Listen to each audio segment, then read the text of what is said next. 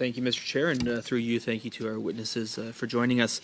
I'm going to begin with the Bank of Canada and hope we can get some kind of general questions out of the way off the bat.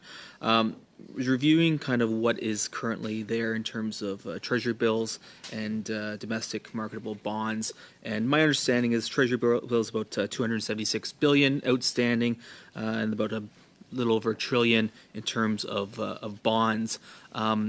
Am I right to assume that as these mature, they are reallocated and re-put out for purchase at whatever the rate would be at the current time? Am I right in assuming that? I'm going to start by asking Coralia to just clarify the numbers. The numbers you're citing are on the government statements, so I will let Department of Finance respond. Those numbers are correct. Basically, we have around 270 billion in T-bills. The way it works, our debt will come to maturity. We issue our debt through auctions, and it's basically a primary dealer distribution. So we have a number of dates that are already set up that we announce at the beginning of the quarter. And basically, most of the debt that we're showing is debt that's rolling over, that we call. So I think this year we have 85% of the overall envelope that will be debt that will be rolling over that will need to be reissued in the market. And when it's reissued in the market, if it's at a higher rate than it was prior to maturity, that increases our costs.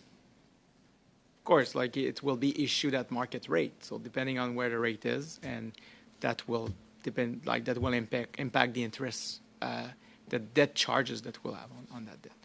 And so, that's exactly it. So as it matures, if it stays high, it costs Canadians more money. I want to look at the analysis, though, of the bonds. Would you be able to tell us, or is there? Could you provide the committee with a breakdown of who owns those bonds, whether it's domestic ownership or international ownership? Yes, I can. So basically, in Canada, most of our debt, first of all, it's all issued in Canadian dollar. Most of the debt is owned by Canadian. We have 30% of our debt that's owned by foreigners.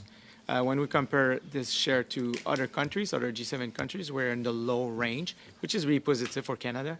Otherwise, we have around 25% that's currently owned by the Bank of Canada.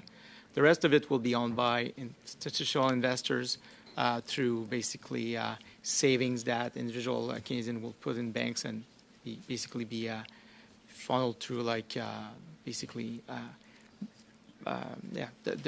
basically instrument that will include GOCs, Government of Canada debt. Looking at the international number, about 30%, give or take, how much of that is owned by foreign states and how much is that owned by foreign individuals or foreign entities? That's a good question. I don't have the exact number, but for sure, what we know is that our debt, a lot of it is being owned by foreign bank because that's part of a portfolio that's highly recognized around the world, where banks will buy a set of a number of different commodities, including Canadian dollar, and basically in order to meet that target, they will buy GOCs. So most of our debt that's owned on the foreign side is owned by central banks.